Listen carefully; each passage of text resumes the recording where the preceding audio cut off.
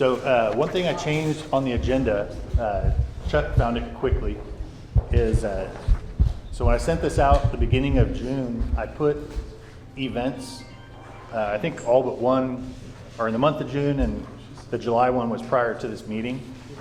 So I wanted to see what you like. Would you like events that are after I send this out, but before the next meeting? So if you want to attend or stop by, you could attend, or would you rather I put them for the month following the CAP meeting? Under announcements? When did that?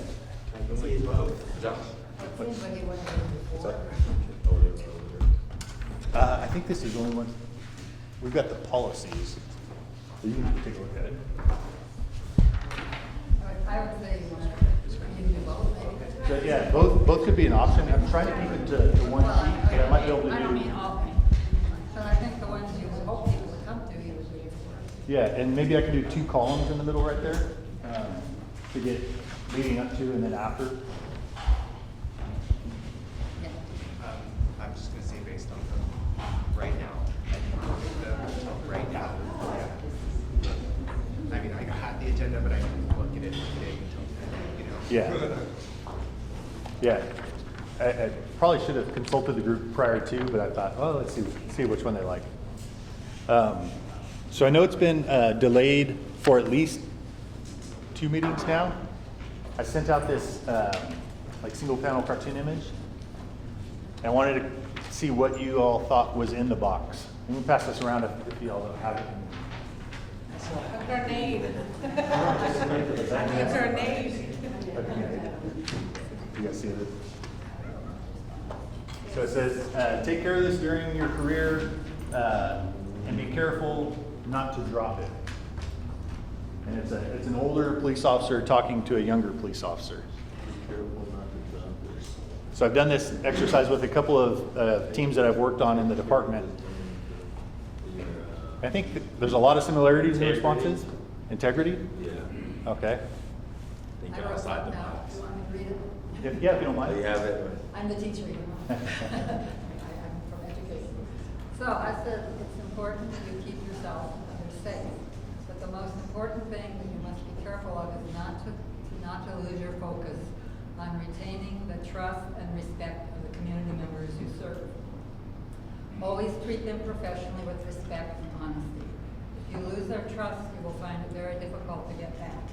They are actually the support for your safety as well. Never treat them rudely or with arrogance. Treat them as your partners in the community. Awesome. Yeah, empathy. I thought you were going to say ditto.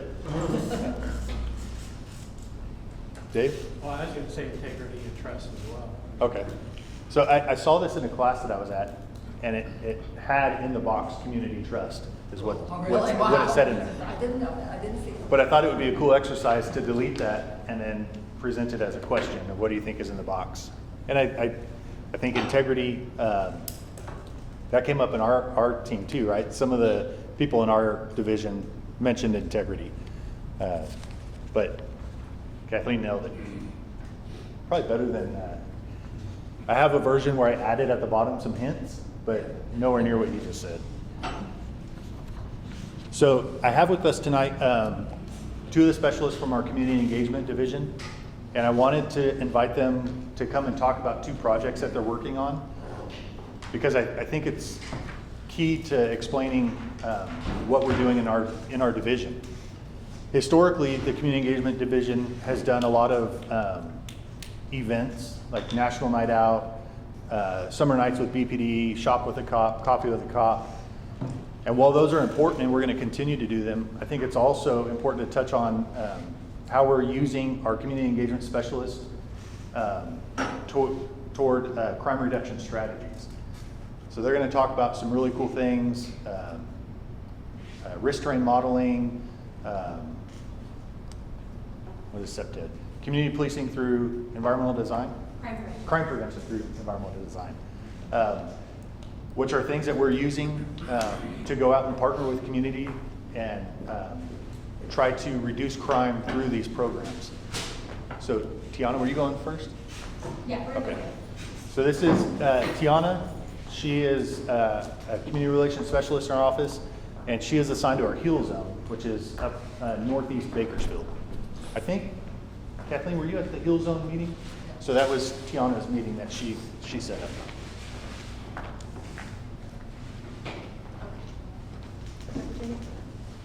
Alrighty, good evening everyone. Like Lieutenant Finney said, my name is Tiana. I'm gonna go ahead and start us off. I'm also here with Janet. So I oversee the Hill Zone. I also oversee the North Zone as well now. And Janet oversees our Metro Zone and our Valley Zone. So we're gonna be going over our problem-oriented policing, which is known as our POPS team. So this is how our team is divided. Our Metro and our Valley Zones are overseen by Janet. The Hill and North Zone is overseen by myself. Our Central and our South Zones are overseen by Edwina, and then we have our Old Town Kern project that is overseen by Noemi.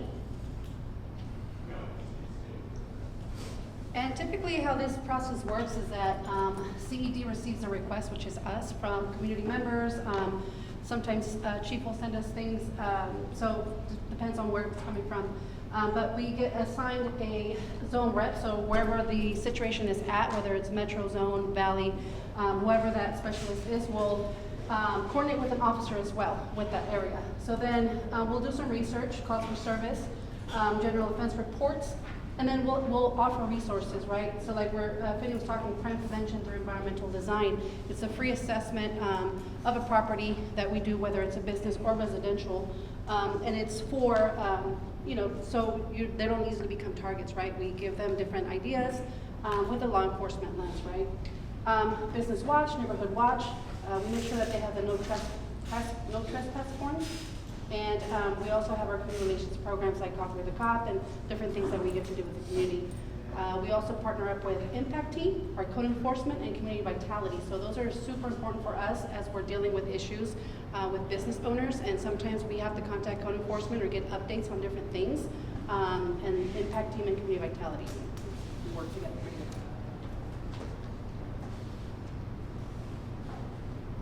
So I'm gonna go ahead and talk about a project that I'm currently working on, which is Sunrise Apartment Homes.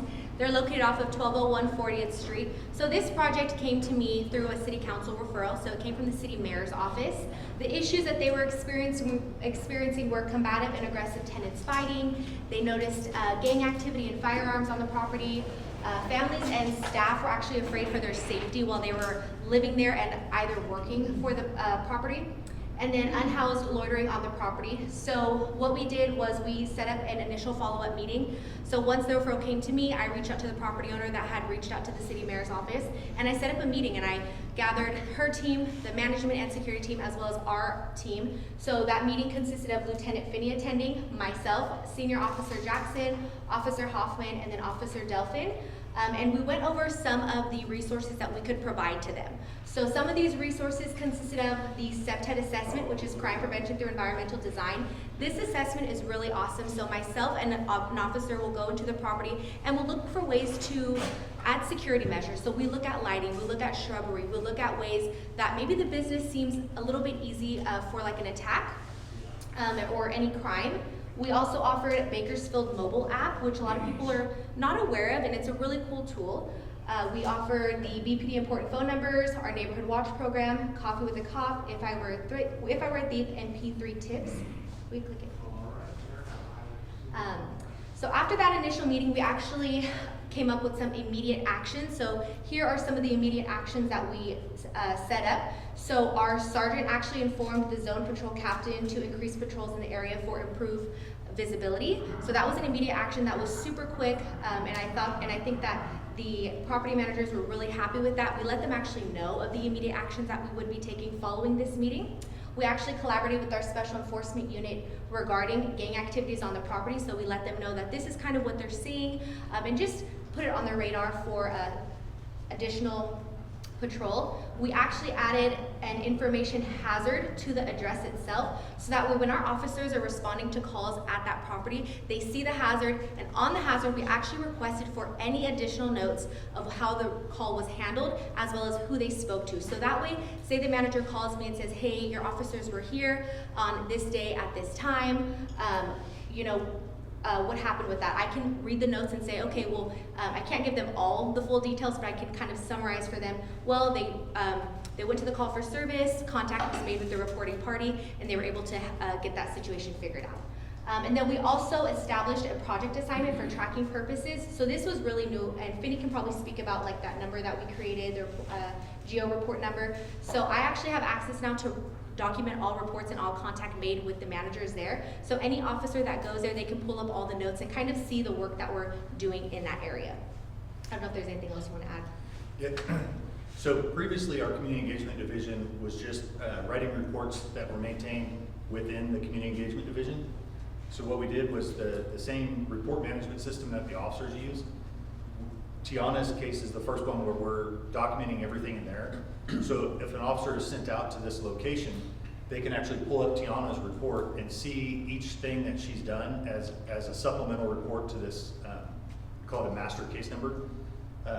So that way, if they're proactive and they read that, and they, say, apartment 85 is the problem, and they make an arrest there, they can email Tiana and say, hey, just so you know, under this case number, I arrested so-and-so from apartment 85. And then she can use that for her project also. And typically, like when we get assigned to these projects, historically, we have like a Word Excel sheet and we kind of document notes. And so when people ask, hey, what's going on with this project, it's really hard to summarize and capture all of our efforts and everything that we've done. So with this master case number, Finney, anybody in the department who has access to this reporting system can go in and read the notes live. And I document everything from emails to phone calls, any communication that's made with them, so we can see all the efforts and resources that we've brought to the property. Now here are just a few of the partnerships that we have been successful so far with. So the first one is the CEPTED assessment. So here are a few examples of what a CEPTED assessment consists of. So we'll go in and we'll take pictures and we just ultimately make recommendations on better ways to safeguard the property. So up here on the first image, you can see they have fixed cameras before. So we just recommended installing 360-degree cameras. That way they can see better visibility over the entire property. We recommended implementing better signage. So the signage that they had was very faded, you couldn't really see it, couldn't really read it. So just livening up the place a bit. We talk about fencing, we talk about dumpster locks, we even talk about routine maintenance. So making sure that all that shrubbery is kept nice and tidy, and lighting in the parking lot. A few more areas of partnership. So we actually just hosted the first Coffee with the Cop there. We actually have our vehicle, we named him Cedric, and it was really fun. We went out there, we had a resource table, we had coffee, donuts, we had all of our resources, and we had our vehicle named Cedric. We were playing music, and it was just a great opportunity to get the community that lives there as well as our officers together. A lot of the neighbors were actually really excited to see us. They had never seen anything like that before. So this was one of our first partnerships with them, and they were just really happy for us to be there. They got to ask questions to our officers and really bridge that partnership and that gap between us and the residents there. We actually have a Pops with Cops coming up. So this is actually going to be this next week. It's July 16th from 1 to 2 p.m. We're going to go out there with some of our officers. They have a little playground at the property, and we're just going to hang out with the kids and the residents, and we're just going to have some popsicles and hang out for a good time. And ultimately, this project is ongoing. It has allowed for me and the management there as well as our officers to really work together. So anything that they're experiencing at their property, they can call me directly. They can ask any questions directly to me. So instead of maybe calling our non-emergency, or if there is something serious going on and having to call 911, I am that direct contact with the department. So if they have any types of questions, this opportunity allows for us to connect so we can get those questions answered. And it's an ongoing project, so I'm sure we'll have much more partnership with them in the future.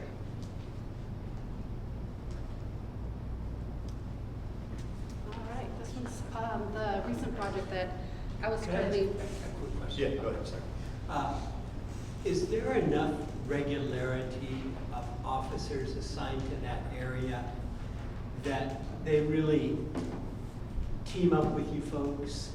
I mean, you mentioned that they have the option to read the materials that you prepared, the kind of the ongoing updates on the situation there. But my question is, and I know that a lot of times people don't have time to do that.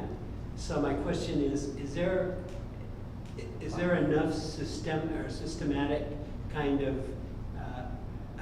deployment of the same Yeah. officers, so Continuity. that they really get to know that situation and kind of play with you guys, keep up with you guys? So I think I can answer that. So the patrol officers that are assigned to the Sunrise Apartments are assigned to the entire Hill Zone. So they do move around quite a bit, but the nature of this problem caused, it's a high volume of calls for service at the complex. And we did put a hazard on there. So when an officer is dispatched, they see an alert that there's a hazard on the address. And a lot of our officers are proactive. When they're responding somewhere, they'll run the address on their computer in the car to see like prior history at the location. This one's a little bit different because it's an entire complex. So if they run the apartment complex address without the apartment number, they'll get the report that Tiana has created. But they will get the hazard that alerts them that there's something going on there. And if they click on that, then they'll learn about the project. The teams that she has brought out to focus on that complex are our special enforcement unit and our impact team aren't subject to calls for service. And they're relatively small teams. So letting them know that we have this project going on, they'll go back and continue to check on it. For the patrol officers, that's where they have a much bigger area that they're working. So they may not get there daily or even weekly, depending on what's going on in the Hill Zone. Does that answer the question? What about the CED officers? Oh, Yes. yeah, so we do have the officers assigned to Community Engagement Division, our problem-oriented policing officers, that only focus on projects that come in to our office, on top of the Special Enforcement Unit and the impact team. So for example, oh, go ahead, I'm sorry. Yeah, I was just gonna follow up and say, so you're saying, like, they get to know these people from this department, right, there are people here, though you come back regularly. Yes, yes. But for the thing, what Chuck was asking, what I want to know, do you have, like, the other officers, how long do they stay, if not just at that apartment, but how long are they in that zone? Oh, I got you. How long are they in their contact? Because we've talked many times in the past about neighborhood policing, where they get to know the police officers. Yeah, so the problem-oriented policing or the POP officers, there's no set timeline. I think they've each been in there for a few years now, that work on these projects. And then same thing with our impact team and special enforcement unit. Generally, it's 3 or 4 years minimum that they're in an assignment like that, unless they promote. For the patrol shifts, they rotate every 6 months. Well, I take it back. They have the option to rotate every 6 months. They bid for a shift. They can bid and stay in the Hill Zone, but they may get bumped by somebody with more seniority, or they may say, you know, I've been in the Hill Zone for a year now, I'd like to go experience the South Zone, and they put in for a transfer to the South Zone. And I do want to add on to that. So when we do have coffee with the cops, we do try and invite those patrol officers of that area to those coffee with the cops. That way they can engage with the communities that they're patrolling, answer questions and things like that. But again, it is subject to availability and if they're able to attend, but we do open that invite to our patrol officers of that area. Can I missed the beginning part, but I like the model. It reminds me a little bit of like something that came out of, I know it's separate, with the sheriff's office in Lamont, addressing like community engagement and proactive and preventative approach to issues that are, keeps on coming up around the same area. And I think some of the request there was that, it's not just responding to that one incident, like arresting and then they get released a few days and then responding again, but kind of I don't know if it's like not a neighborhood watch, but more of like a committee of that neighborhood working together with law enforcement and I guess in this case, like the property manager, like what are the preventative measures? I don't know if it's just only gang activity, only this, but what is the underlying issue, and then how are they tapping into whether city or county services to address it, the root cause of whatever the challenge is. I think they're also, the sheriff's side is figuring out like how to do community engagement and more like the intent of community engagement as it was described in the stipulated judgment. So I think, again, I missed the beginning part, but I feel like I'm hoping that the goal is like to do that, to really address the preventative, proactive approach together with community and not just arrest multiple times and they get released, but not addressing the root incident. Yeah, so, That is perfect, and we will talk more about that with the Union Avenue project, but, so the crime prevention through environmental design is 100% partnering with, in this case, the apartment complex management and owners. But this new approach is based on realizing, or I guess understanding, we can't arrest our way out of every problem. And that really comes into play with Union Avenue. Union Avenue has been a hot spot for criminal activity for at least my entire career. I don't know if she's still here, maybe his entire career. And my guess is there's been thousands and thousands of arrests on Union Avenue, and it still is a problem. So while we still will be making arrests when appropriate, we're trying to figure out what about the environment in this area is allowing crime to happen there. So Tiana's applied that to the Sunrise Apartments, and just staying in touch with the management and trying to put them in touch with resources. I forget how long they were taking to evict people. It's like 6 months or something like that. And these are the people that are causing problems for the other tenants. They were scared initially even to come out and engage with us because they thought, well, this apartment and that apartment are gonna see that I'm out here talking to. But one of our officers familiar with that program educated them on, hey, there's this other resource where you can handle evictions more quickly. That on top of the SEPTED and making people more comfortable by going out there and just engaging with them, bringing the truck up there, which is Cedric, because we figured Cedric the entertainer. So Cedric comes out to partially entertain with music and stuff. And then also too, like hosting Neighborhood Watch, right? That is getting to the root of how to report, how to know when something is suspicious. So every opportunity for community engagement looks different. And I think as a community, from the community engagement division side, we're always looking for new innovative ways to partner with people. But I think at Sunrise, we're still learning as we go. We're trying as much as we can, and we start with the SEPTED. We have a Neighborhood Watch coming up. We're having more presence out there. So it looks different for, I think, every project that comes our way and the resources that we deploy out there. And I think we also try to get the groups together, right? So like earlier we had a business watch meeting and different businesses were there in attendance. And so again, working together, right? It takes the village, it takes everyone putting their part and their piece into helping, right? And so them creating a phone tree or a phone line or a chat, they're reporting to each other like, hey, what you see on that corner, you may not see on that corner. So how do we work together? How do you guys work together as a team, right?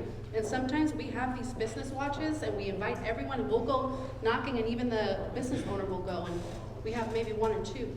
But this one was a great turnout because there's issues, right? There's a lot of stuff going on. And so luckily we were able to have a conversation with them and create a phone tree so that way they have those issues. And then we're coming in on a regular as well with those meetings like, hey, how do you report? Let's bring someone from the comm center to explain calls for service. Hey, let's bring someone from code enforcement to explain, all these things that you guys are experiencing. And so bringing different people to educate and have feedback, right? Have those uncomfortable conversations. And so that kind of opens it up. I mean, if I can, just my last thought is that I also, like, even the people, whoever causing whatever ruckus, I don't understand, I'm obviously not familiar with what is the issue, but I think even inviting folks, now again, I'm using the example that was initially raised, like in Lamar, they were saying like, oh, there's unhoused folks with youth, and it would, they're unhoused, and they were suffering from some kind of mental disorder, and just calling sheriff to go arrest, and they will be arrested but then released. And so I think part of the interest is like, how are we addressing that root cause? So it's not, yes, part of it is like, yeah, what are the services available to this business owner?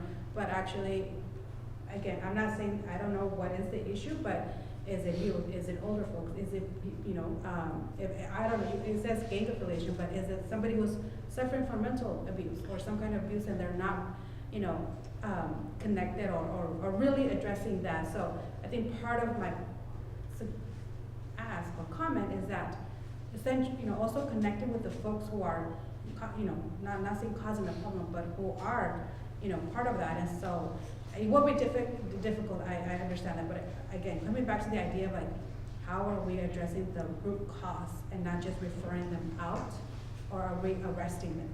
So the invitation to these events has gone out to every resident, even the ones that the apartment management is saying are causing problems for other tenants. So nobody was excluded. With the impact team, I think Lieutenant Enderberg came and talked about the resources that they offer. So the impact team is one of the teams that has come out here and assisted us with this project.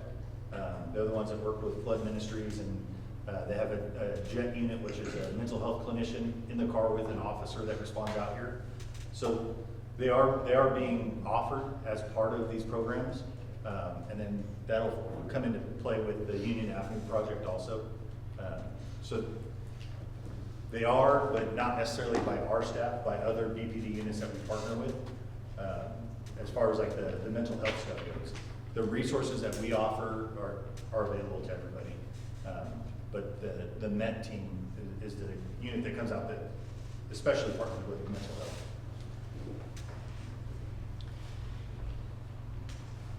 So with the unit project, you mentioned, you know, there's an officer who is, you know, there all the time. And so for this one, we had Officer Hoffman. Officer Hoffman and myself were in charge of making sure that we were doing the visits and things like that. So with that, we talk about the neighborhood police, right? We were able to make good relationships with some of those business owners. And at first, you know, they were like, what are you doing here? But okay, we're trying to explain, like, hey, look, we started a new project. You're gonna see a little bit more of us. We're gonna come and visit. And so that, like, for example, the officer responsibilities, they had 2 different locations where they had to sit for 15 minutes. And then they had a business check. But Oh, go ahead. not just sit. They had to go out and do meet and greets and talk with people, not specific to the businesses. Janet will talk about that with the specialist, but go out and just talk to 2 people for 15 minutes during their shift. And then they had a business check, right? And then after that, then they would have a business check with us. So we created this whole map, or this whole calendar, and we're like, all right, this is the business that we're gonna go. We had at least 14 businesses in total on there, and every business got at least 4 visits from myself or another crew specialist. And we basically, our first initial contact was like, hey, look, we know you're experiencing issues. We wanna help, we wanna partner up with you, and we're gonna keep checking up on you.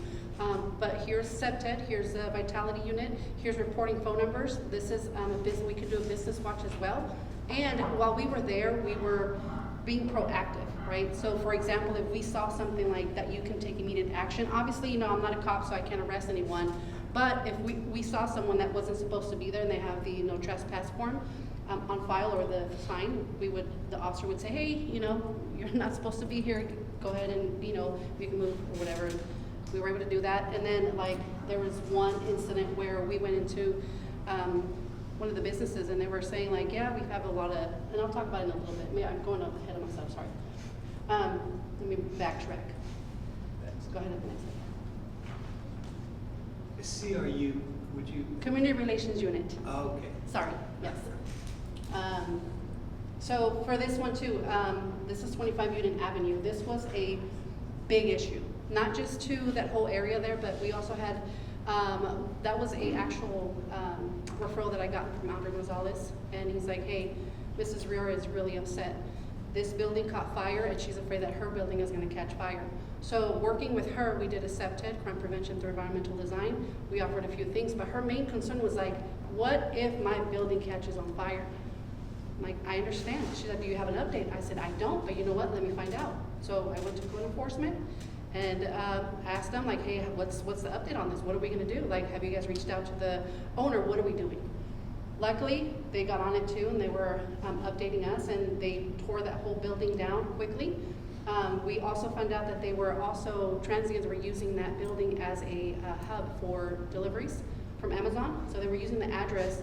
We had our citizen volunteers as well. So I told Ms. Rivera, look, we're gonna have citizen volunteers do a little bit extra patrol as well, kind of patrol the area. And they reported back, and they're like, we actually talked to some of the transients there, and they said that they were using this location for Amazon deliveries. So I'm like, interesting, okay. So I called Amazon. I said, hey, quick question. Who do I talk to in regards flagging this business? Because this is a vacant building, it's burnt down, and there's nobody living here. So is there a way you guys can flag it so that way if that address comes through, there's no deliveries here? So we were able to do that, and then again, update with code enforcement, and next thing you know, this building is no longer there. So therefore, that threat of it catching fire, because I believe it caught fire twice. Our business owner, she's not stressing out as much, right? I think that's it, yeah. Going back to our business checks that we did, if we saw something that needed immediate action, so for example, this dumpster, she said that she had a few transients and people loitering around and digging through the trash. And so they're like, yeah, they've even caught this on fire, so now we can't close it. I'm like, all right, let's call city. Let's see if there's something that they can do. And sure enough, city was like, yeah, we have a program where we can replace it, or replace the lid. And they did. They were able to replace it within probably 4 days. So if we were out there as a community relations specialist and we saw things that we could on our end at least reach out to city, anywhere that we can reach out, we would just do it right there and then try to fix their issue. And then go ahead to the next one. That's the updated lid for them. And again, resources that we always tell them is like, you can use the Bakersfield Mobile, that's a very resourceful app. But the city dumpster program, they're pretty good about replacing those, even residential too. So if your trash can breaks, they'll replace your wheels or whatever. Is there anything you want to add? That one was especially nice just because the business owner with the dumpster described it as they're excited to come to their business, locally owned, and they like the community, they've been there forever, but they show up excited, and the first thing they have to do is clean up an entire parking lot of trash before they can open their business. So being able to resolve that issue for them made their day, and they can go in still happy and open up their business. So POPs project, we're able to focus a little bit more on some of those issues, and we have obviously a little bit more time, and we can reach out to different agencies, or not agencies, but city entities and help. So I think this is just one example of many things that we've been doing with the POPs project, but this is just something recent that we wanted to share with you guys. So thank you. Do you guys have any questions? Any other questions before we go on to the promotion policy? Thank you. Good job. HR team? Oh, and I apologize for not introducing Jen. I thought Tiana was going to go and then Jen. So sorry, Jen. I didn't mean to skip you. And then now we have Christy Tinter, the department head for human resources, to talk about the promotion policy. Do you have anything? I do not, no. Discussion points. I do feel like I need to, not that you skipped officially, but I do need to recognize our community relations specialists are at the heart of the department. It's really great to see their passion and their commitment to wanting to improve community. And so thank you for all that you do, always. Sorry, can I ask how many members are at community relations? How many? 7? Are we at 7 or? We currently have 8 specialists. 8. Yes, 8. I was close. Thank you. All right, well, thank you. As introduction, Christy Tinter, Human Resources Director for the City of Bakersfield. Human Resources supports all HR human resources initiatives citywide, but inclusive of the police department. And I will be sharing out information on development of paragraph 116, which is the promotional policy, which was sent with some preview information in a PowerPoint. I really want to thank you for the opportunity to share this information and have discussion. HR carries out so many initiatives, but doesn't always get to talk about the steps that lead up to it.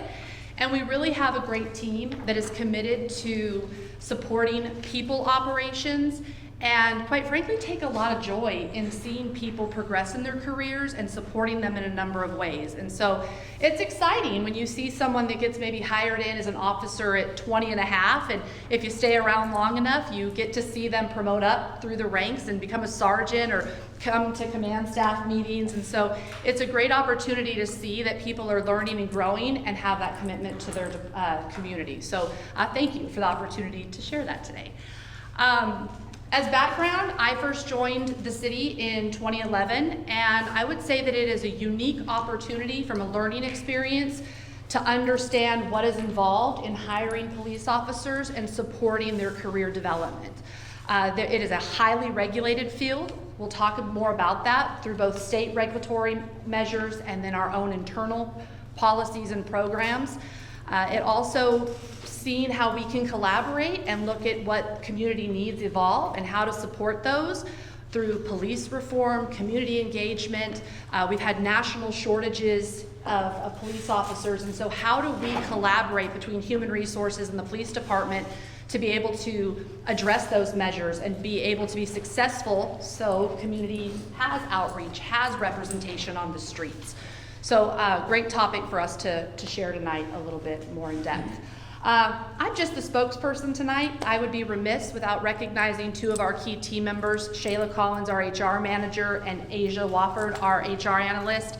At the heart of the police department, carrying out so many of our initiatives. We have routine calls for strategic planning, for development of programs and policies and implementation, and those two really are leading the cause. And so I get to really highlight and give them props on all the work they do with our training and logistics department and our police members.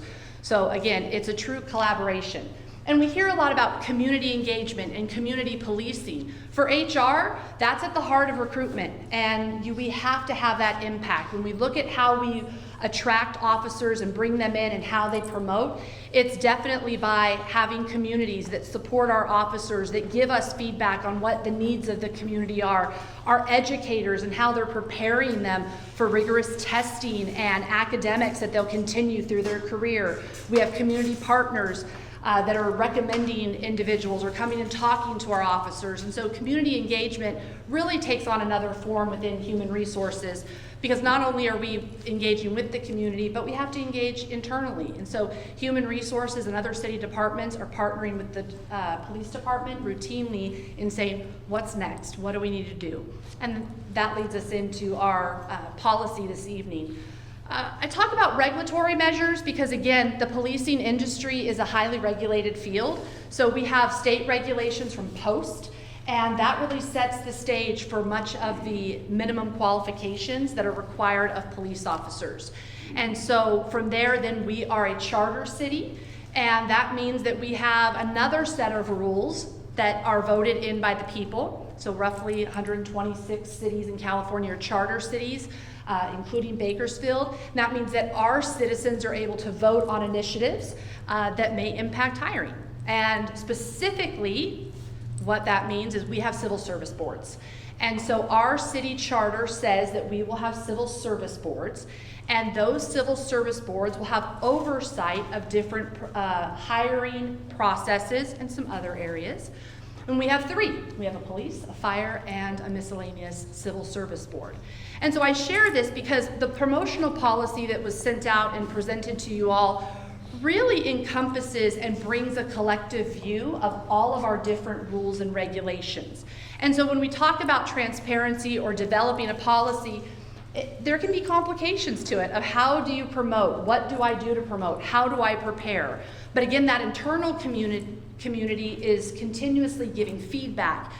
We're constantly looking at job descriptions and minimum qualifications. How many years should you have? Doing research in the industry to see what is the right fit for our community environment. But we take matters to the Civil Service Board when we do promotional recruitments, when we talk about test materials, or we talk about other elements. And we have 3 appointed community members who serve on that Civil Service Board. And so they have some oversight. It also provides some appeal options if individuals have or want to voice or present in a public forum different community matters.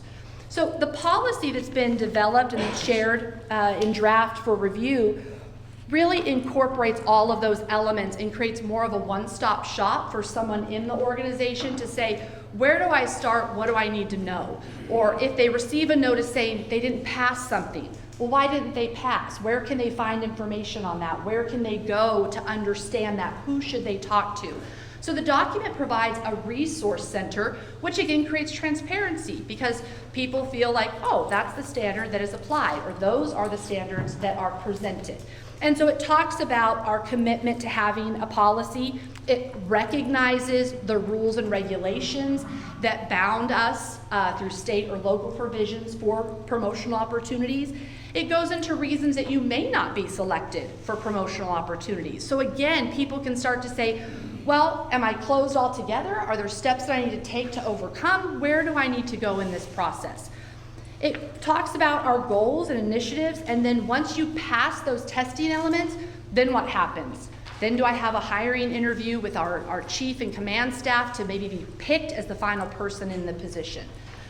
It also talks about our goals and initiatives in terms of developing candidates for promotional. We are internal based, so part of our charter actually speaks to promotions are internal.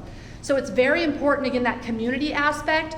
We hire police officers in at entry level, and then that's going to be our workforce. That is who we're developing, that is who we're investing in because of our charter provisions. And so we definitely want to make sure that we spend the right time and attention and knowledge sharing with our internal candidates. Talks about diversity and inclusion, the fact that we do strive to have an equal opportunity employment processes, workforce, and our goals and commitments there and what steps. And then it talks about continuous learning. We'll have working groups established that will continue to look at these policies. So they're not something that's on a shelf. They are something that are living and can adapt, as we've seen in the last few years. There's been a lot of changes in the policing career, and we want to make sure that we continue to be flexible, compliant, but also be attractive as an employer for individuals that want to come and work for the Bakersfield Police Department. That is a summary of what the intent was of the policy and what some of the provisions that establish the policy are. And I'll conclude there for any questions or comments. Yes. Promotion is based on the internal candidates only. Can you accept laterals from the department? Thank you for the question. So we can have laterals only at the entry-level position. So we do not have laterals at senior officer above. It would be police officers. So if you have an academy graduate, we did have a change with the police chief position, which now is an external opportunity. That was a vote of the people within the last few years. But all other positions are internal candidates. Laterals only at entry level. Yes, sir. Is there a goal, and I understand the difficulty of this, is there a goal to have BPD personnel as much as possible reflect the diversity of our city? So diversity is something, it's a complicated topic, but let's start with it. We invite diverse candidates, we want diversity, we see value in having representation that meets the community goals. We do what's called an equal opportunity employment plan every year for the department. We post that online. We post the one that we submit to the Department of Justice. There's a few things that you have to consider is the applicant base within the community. And so while we have goals and strive to have good representation of all demographics within the organization, you have to look at demographics. The Bureau of Labor Statistics, Census Bureau, has numbers that talks about what is your pool. So we could say all day that we want X amount of people in our organization, but it may not be realistic for the candidates that are eligible according to the Bureau of Labor Statistics. And so we use it as a measuring tool. We talk about it, but we do not have a set number. We measure. So in our last Equal Employment Opportunity Plan, the results showed that including more female applicants, that was an opportunity for growth, having white and Hispanic females because of, again, the population, the demographics. It didn't speak to other demographics because it was saying, well, what do you have as a collective workforce that's eligible in your community?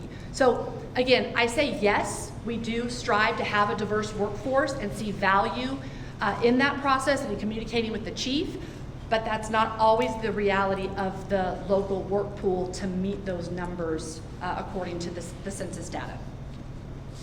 You're welcome. Sorry, how many board members did you say are on the civil city board? We have 3 in the police. So there's 3 civil services, each have their own individual boards. The police department has 3 board members. Okay, but if they have a recommendations for, sorry, I don't know if I got it confused, but they're also participating in the promotional pool, and maybe might have recommendations of who or how, based on the candidate selection, recommendations of who should be but then I think you said, but the chief decides. Just wanna- Let's clarify that one. So yes, they are over the hiring process. So when we talk about minimum qualifications or what we're screening applicants for, Okay. they have that role. They are not individually selecting individuals. So if we wanted to update the job description or change a test element, they would have oversight, or they could hear feedback in a public forum on that matter. Once people go through the testing process, then the internal department makes appointment decisions on the promotional. And then following what Chuck's comment, currently with the, I guess, the internal team that you guys have, what do you have an idea of like, what is the representation for female and, officers of color in leadership position, in senior leadership position? Not tonight, I did not bring that data with me. No, but we do have that data and we continuously monitor it. We just added, it just changed as of last week, because we added a new academy with 50 individuals, 51, I think it was, 51 individuals. And so I don't have the current demographics, not related to the policy at hand. But yes, we do have that information available. Yes. Typically, what is the pool for the civil service board, the police civil service board? The pool? Yeah, there's 3 members. Yes. What historically, have they mostly been white Anglo men, or? No. Have you had women? Okay. Actually, we have 2 females on the board. Right now, we have a white, we have a man. I won't say, I've never taken their demographics, so I'm guessing that they're true demographics, but we have a male and 2 female right now. We have had other individuals on the board in the past during my tenure that represented other demographics, yes. Are they generally business people or educators? All of the above. So again, I came in 2011, and so we have had a mixed business, yes, in town. We've had employees from organizations. We've had those with law enforcement background. We've had, I believe, an educator. Yes, we have had an educator at a university level. So we've had a variety. And so those are posted positions. They're posted by our city clerk's office. And individuals who are interested, once a term expires, it's posted, an individual can apply again, or new individuals can submit their applications, and then those are appointments by our city council. Okay, thank you. So they review the applications. Yes. A couple more questions. Sure. I don't see anything in here, if you are promoted, are you back on probation? Oh, okay, yes. Yes, so yes, that is part of our municipal code. So again, we have several moving pieces of rules, but yes, a promotion would require a new probationary period for that position. If they failed probation, they wouldn't be terminated, they would be returned to their prior rank. And what is that time frame? 6 months? 1 year. The charter establishes probationary period, and then the municipal code has further language. I hate to say this, how about demotions? Can a lieutenant be demoted back to a sergeant? Does that happen?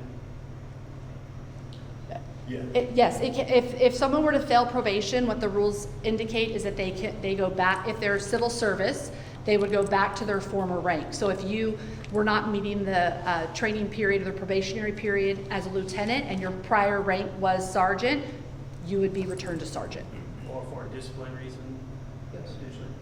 Oh, yeah, yes, demotion is a defined disciplinary action.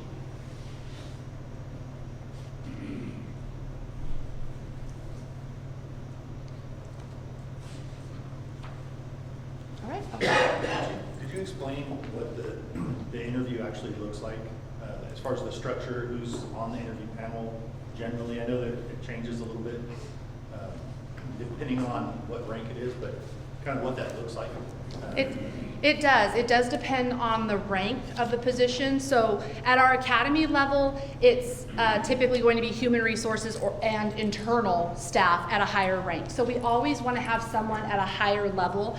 As you progress through the ranks, you're going to have community members or outside individuals participate.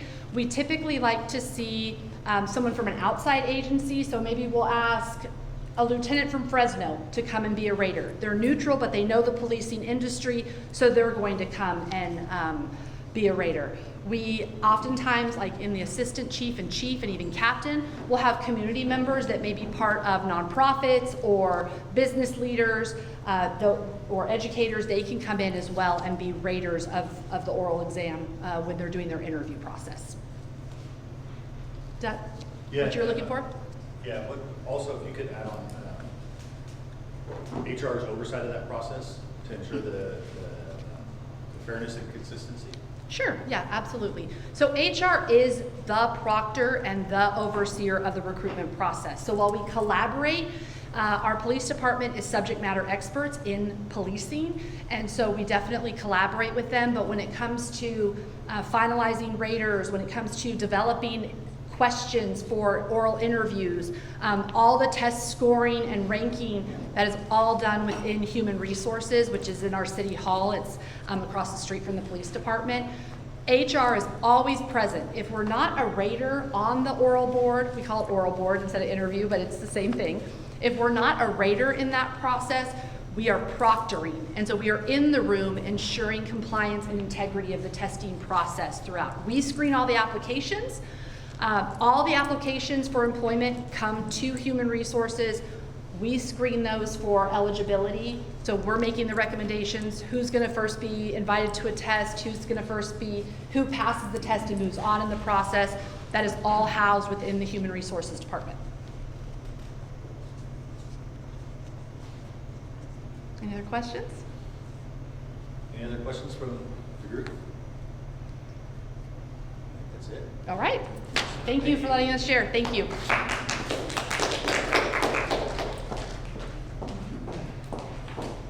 If you think of any other questions, obviously feel free to reach out to me, and I can either try to answer them, or I can put you in touch with somebody from Human Resources to answer the questions. I can speak from personal experience. It is a nerve-wracking process to go through our promotion interviews. So there's for most ranks, there's the written test, and then there's the follow-up interview. The interview is much worse than the written test generally. Did you find it's a fair It's true, process? right? It is. So I've had the opportunity, obviously, to be interviewed and then also to sit on the board. And it is a very strict process of every question that is approved to be, everybody gets the same question, right? So you have to ask it the same way. You can't add to a question. The only follow-up questions you can ask is seeking clarification, just to ensure everybody gets the same version. The scoring has all got to be consistent. The conversations are monitored by the HR representative in the room. It's stressful. When I have sat on the panel, I saw an officer across from me that I've known for 20 years, and his hands were shaking. Just because I kind of like that a little bit, because it shows a respect for the process and for the position that they're trying to get, that they've invested a lot into this to try to get that. But it's a different perspective depending on what side of the table you're sitting on. So one thing I wanted to share on looking into the future.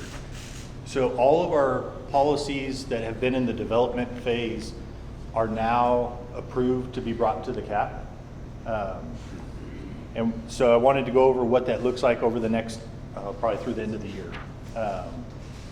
So not necessarily in this order, but what we have coming up is the personnel complaint policy. Pretty self-explanatory, but it's the policy that governs our internal affairs process, filing complaints, investigating complaints, review of them, that entire process. And that is going to be, I believe, Lieutenant Esquera, and I think Sergeant Gavin, who we heard from on search and seizure, will be coming with him. Sergeant Gavin is one of the internal affairs investigators, and Lieutenant Esquera is the supervisor over that team. Then we have, again, not in this order, but the community policing policy. which is a policy that myself and Captain Morphus and Captain Croker's still involved in that. Karina and Assistant Chief Stratton have all been working on that policy. With that, I know for those of you, 3 of you, I think, that have been on since the beginning, right? Way back when, before my time, you saw the community policing strategy. So we're going to send that. There's been some edits made to it, so we're going to send that with the policy just to support it, because I think just viewing the policy. That's the same as community engagement strategy. Yeah, it's called community. What did I say? Community policing? You say, yes. Sorry, community engagement strategy. I think it's It was the whole power. community engagement and policing strategy. I think it's both. So we'll be sharing both of those. One without the other doesn't answer all the questions or make a lot of sense. Then we have the bias-based policing, and then the crisis intervention policy. So that's what the rest of it looks like, and that will take us through the end of the year, at least, maybe into like January. So I think personnel complaints will be up next. So I'll be sending that out to the group this week. The other ones, I'm not sure. I know that they're all approved. It just depends on who gets all the presentation stuff, all this stuff ready to go first. So, yeah, personnel complaints, and then the other 3, and whoever finishes first. Yes. Of the policies that we already reviewed, has any of them made a round to be sent to DOJ or has been approved? Not submitted back. I think the first one will likely be limited English proficiency. So the process after this, so once the CAP has reviewed things, made their recommendations, we've wrapped up this process. There's also the public posting of policies. For the use of force, there will be the town hall also. After that, and the team goes back and reviews any input throughout that entire process, and then potentially edits the policy. Then it goes back to our monitoring firm for them to review it, because they haven't officially seen it since the development phase with the individual teams. So from there, it's gone through CAP, public, and then potentially town hall. So it'll go back to them before it gets shipped off to DOJ. When is the town hall? It's not scheduled yet. That's what I'm working on right now.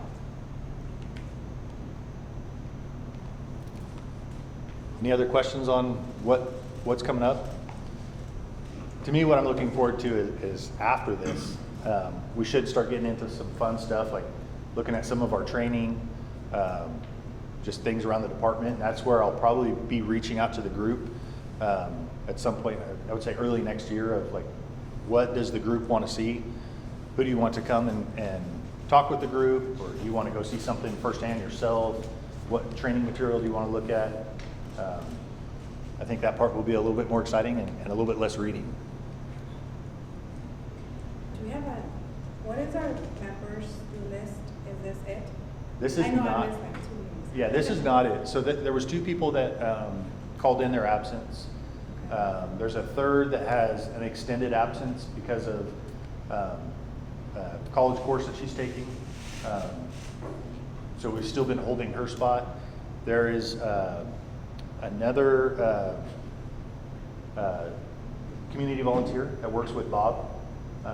So Bob shared his experience on the CAP, and she wants to join. Her name is Tracy Dean. She'll likely be here next month for the CAP meeting. But if you know of people, we are still looking to grow the team. And I spoke with Patrick too. Okay. So he said, he did express some interest in, supposed to attend this one, but more than likely next one. But he did share some interest in participating. Is he going to come himself or Yeah, okay. That's what he had. That's why I was on. So that'd be awesome. Patrick Jackson from NAACP. Public defender, you still haven't got one in No, we've reached out a few times. Haven't got them to assign anybody. Is the application public online? I believe they're on Just the- tell folks if they're interested, go apply. Tiana, can you check on the transparency and cap. I think they're online where they can fill it out. I think we're moving along. Part of my interest, and with community members that I've spoken with, is just kind of like, we really want to see the final version of this, like, for example, the use of force one, which was the heaviest one. Like, what was accepted after the forum, after the CAC, after all this input, like, what is the final version that will be submitted to either a monitoring team or DOJ, and what is reflective of some of the input that was received throughout this process. So I'm pretty sure I sent it back to you after the edits from the CAP. So then I can share that again after the town halls and then the public posting. So that version will be, like, if there's no other edits, that's the version that will be submitted. Yeah, if the town halls and posting on our website don't prompt any more edits, the last version that I shared with the CAP after the edits made here, that will be submitted back to our monitoring firm for them to review one last time, and then with their approval, it'll go to the DOJ. The application is on the website, and it has instructions on how to fill it out and where to send it. Okay. If you want, if somebody can't access it on the website, just reach out, I can send it to you. Is Conveo no longer functioning? Conveo is, we're using it now, so on the website, when you click policy comment, it takes you to Conveo, so we're using it for the broader community. And all the policies are listed there? They are, so they're being posted for 30 days. Okay. So there are some currently posted on there. The use of force policies have been posted. We're still going to do the town hall. We just wanted to get them up there just so they can live on the website longer.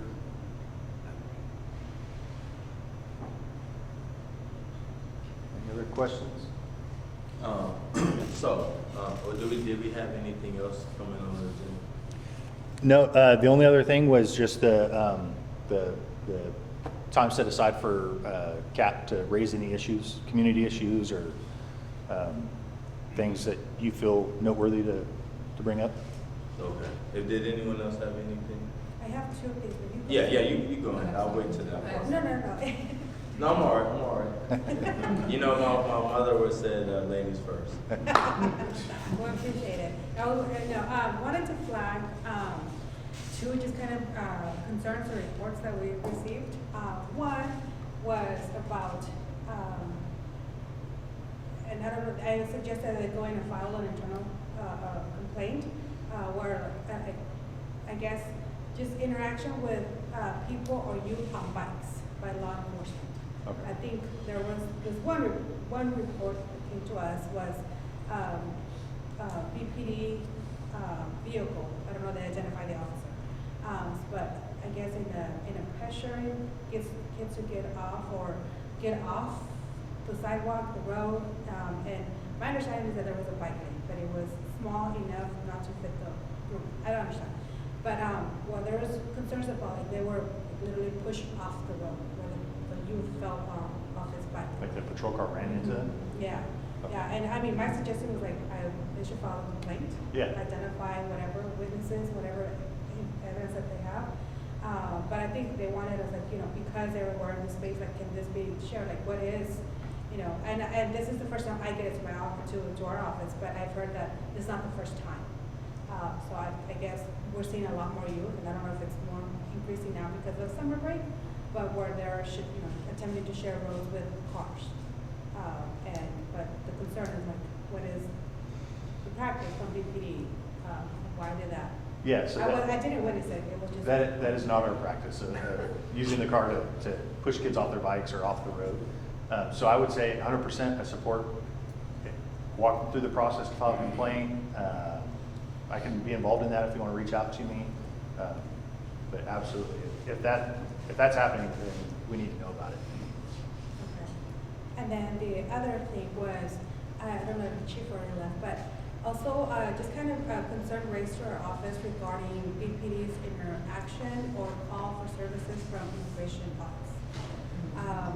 We've heard reports of where there's incidents that happen inside Intended Center and there's an attempt to reach out to BPD, but they say that they can't respond or they can't go in. But then recently we got a complaint about an attorney being escorted by BPD at the immigration office of Truxton. And so just wanted to raise that here, but also like. Escorted off the property or? Yeah, off the property because of their refusing to give access to their client. But forcibly removed with BPD's assistance. So I just wanted to flag it here, while again, policy. Anybody have any information on that? Captain or Captain Zacy? Haven't heard anything about it. If there's more information, you have to sort of level look into it, but haven't heard anything about it. Do you know a date or anything like that? Yeah, like 2 weeks ago, but I mean, the attorney can themselves go file a complaint, but I think it's just curious about the policy and practice. If immigration says like, hey, I need your help here, do they go in and help?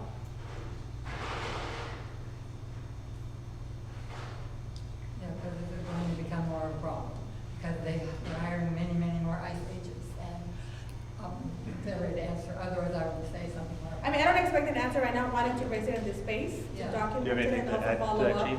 I can follow up with Rosa. What was the last week? I'll follow up with Rosa on that specific thing and try to track it down.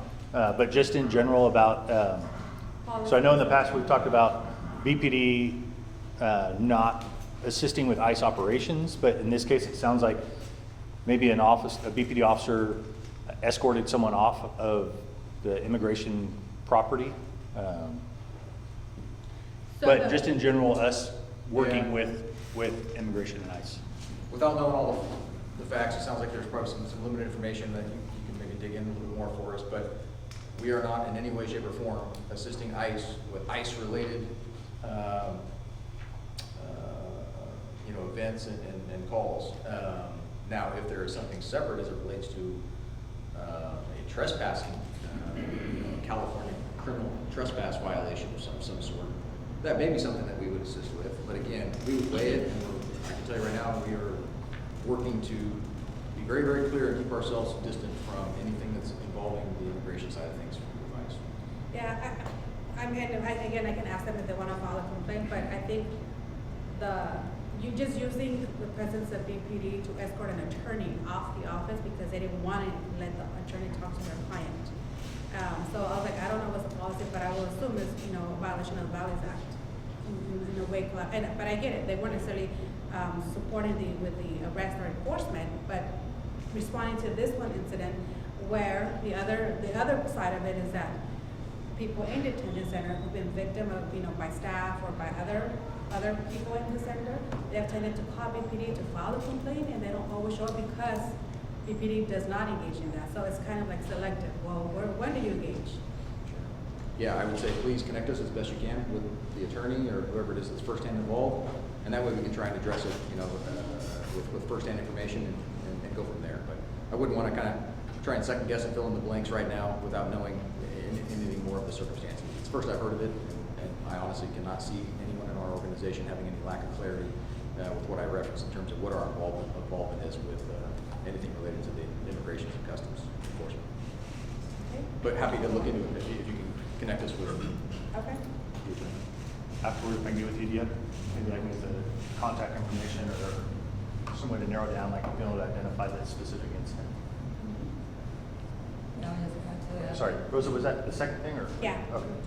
I mean, just following up on that, it's going to become more of a problem if they really hire, because we have a local nurse from Bakersfield who was, yesterday was in Glendale when the hospital, she was not allowed in at first. She was supposed to have a meeting, but she wasn't because I was sitting at all the reception desk at the hospital, and all the local mayors, everybody was protesting, but still, she was, and they have been there since Thursday. They hurt the woman, they injured her, she was lay for 8 hours and vomit, and they have like, I don't know, I saw 3 or 4 officers at least that were there for all this time, and they're sitting in the, so I mean, this is going to become a big problem if things go as they are, so I just hope the PPD will keep it's going to be hard for you, I know, because there's going to be pressure. Yeah, Chief Terry has been pretty consistent and committed, since this whole thing started, both letting the public know as well as enforcing that message internally that we're not working with ICE. Shabra. So right now, at least from those that the network that I'm connected to, a lot of community is conflicted right now.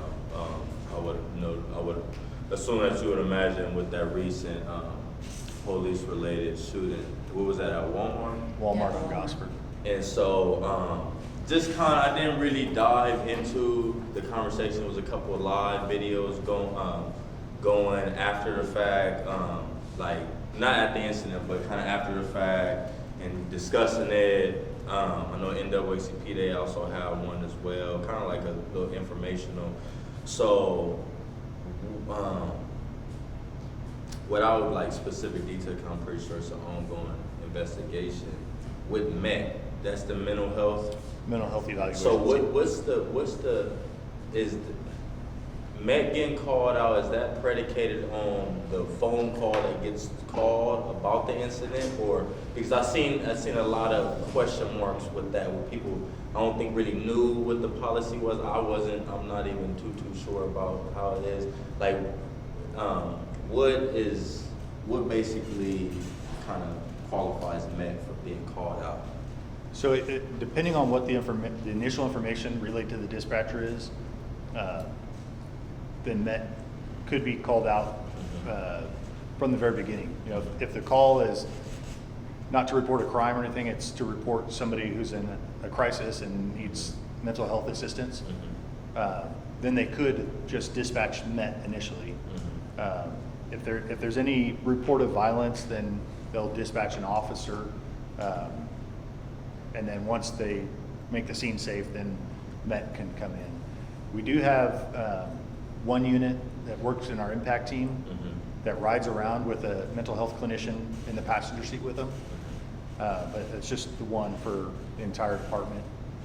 We've also got the mental health clinicians in our dispatch center that if those calls come in that are just solely mental health or crisis related, with no mention of violence or anything like that, the goal is that those calls get directed to the clinicians in the dispatch center, and then instead of sending an officer, they get connected with resources to provide assistance, rather than have an officer go out and contact them.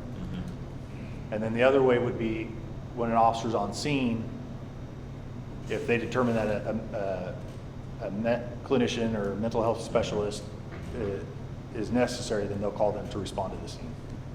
And in this case, I mean, if you can, was that a part of the, like, was mental health kind of thrown out there, a part of that initial call? I don't know as far as like mention of it. Yeah. There was not a MET employee there at the scene, but I haven't gone back. I'm not part of looking at like the radio traffic. Yeah. So I don't know if they were requested and en route or Yeah. I don't know that part of it. Okay. I have a question about that too, because I saw some of the videos, and I know the woman, I know someone who knows the woman who was shot, and she definitely has mental health issues. And so there is a concern that, I mean, my question is the mental health person available at all hours, is it 24 hours? I don't No. think so, right? And this is at 7:30 at night. To me, that's, again, what we've been talking about for many years. I mean, it's not you, but the city needs to pay more, some of the money needs to go to more mental health workers, because I also saw a video from a Happy Community Members video where there was a friend of hers standing next to her shouting, "Taser, why are you using a gun? Taser, taser." And I mean, it's again, the community is very upset about this. Yeah. I mean, he knows, and I don't know, I just know because I know people. And it's like, again, what we heard BBD say on TV is, well, we have less than last year, rather than saying, we don't know, We we're have so what? sorry. Was that? What was we What have? TV, when they went on air, and people went, I mean, what? Have less That was- incidents. Because, again, it was defending the BPD, well, we have so many less, we don't need, this is the first one this year, rather than saying, this, we are looking into it, we're so sorry these things happen, well, again, it was very defensive. Yeah. And that's why the community, I mean, you need to know, behind the scenes, there's a lot of community members very upset about this, and it keeps happening.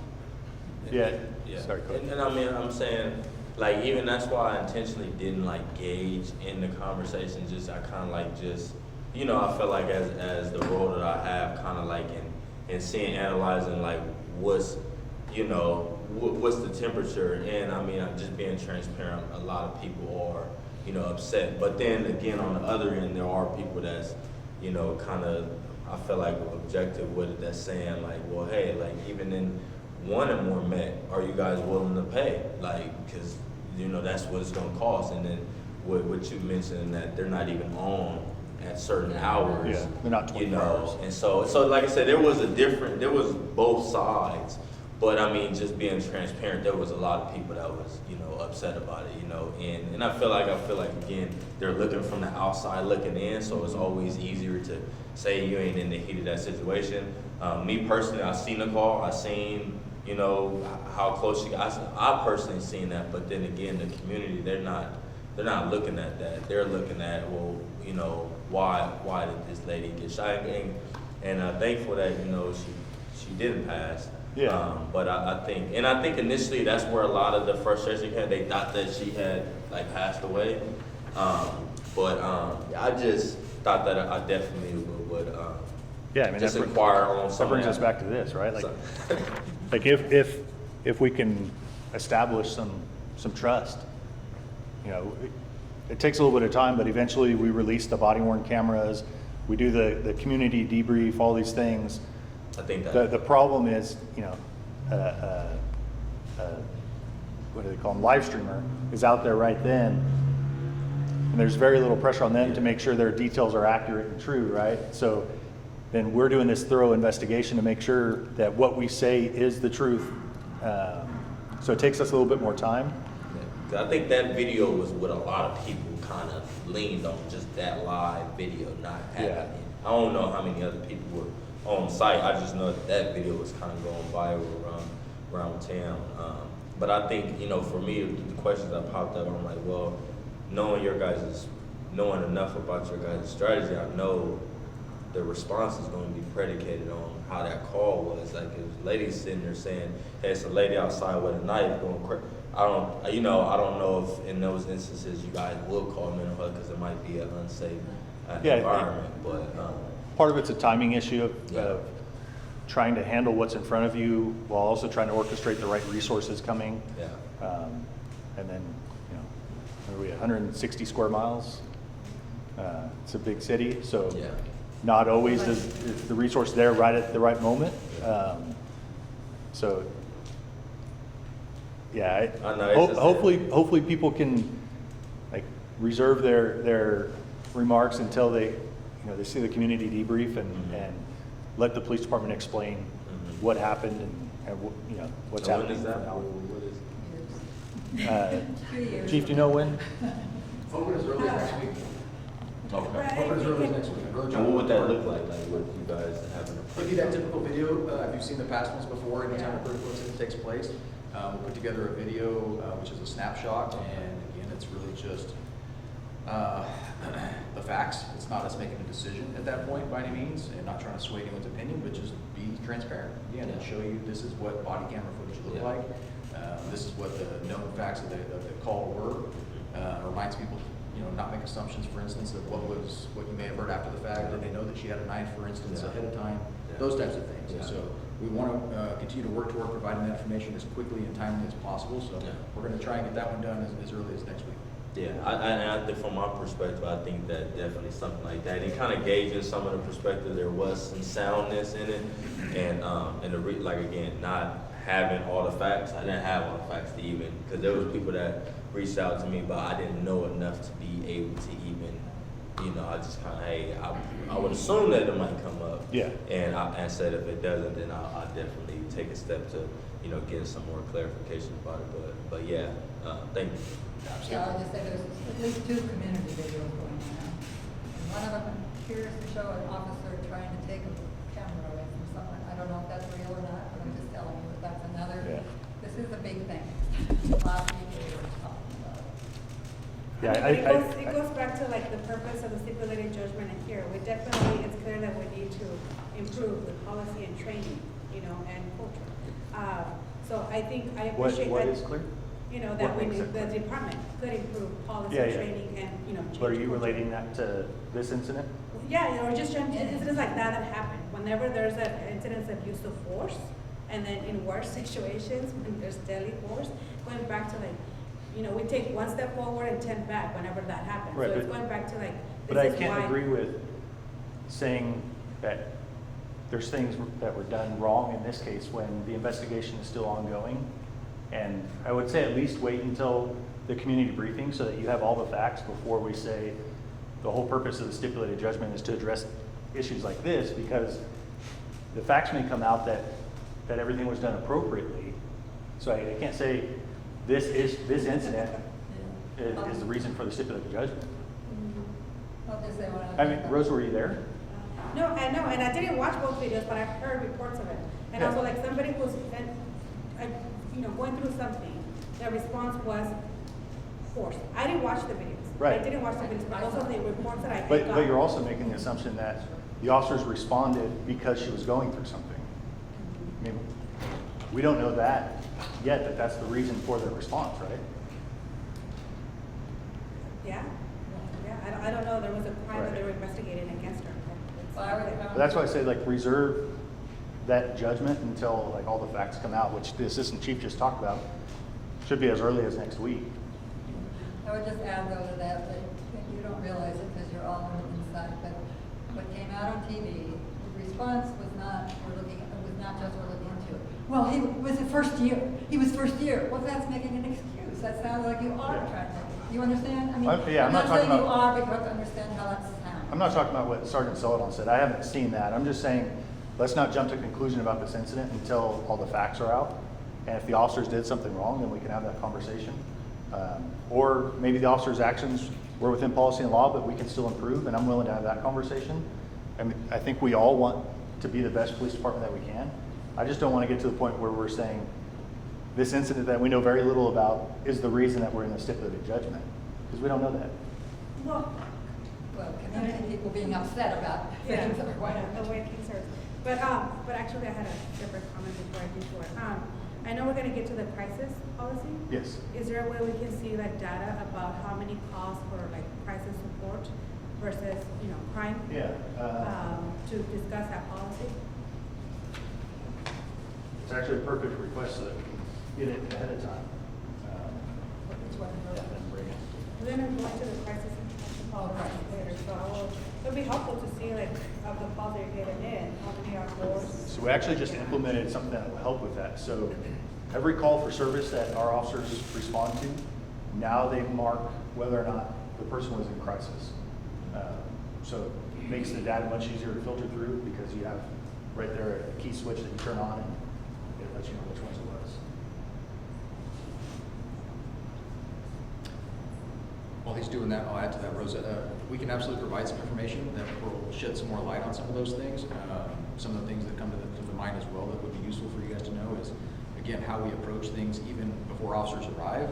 One of the things you've probably heard of that we invest in now is the clinicians in the comm center. So we have them available to deal with certain folks that may be going through crisis without ever having to deploy an officer, physically, and maybe even avoid that confrontation that may take place, and avoid that altogether. So we have some information on and data that we can share with you as it relates to giving you some perspective of how often that's taking place, and also how it's driving some of our directions in the future. Kathleen, you mentioned earlier about some of the investments towards mental health and those types of things. We have 3 of those clinicians now, for instance, and we already know we need more. And so we're looking at that and trying to evaluate that and where to best apply those types of resources.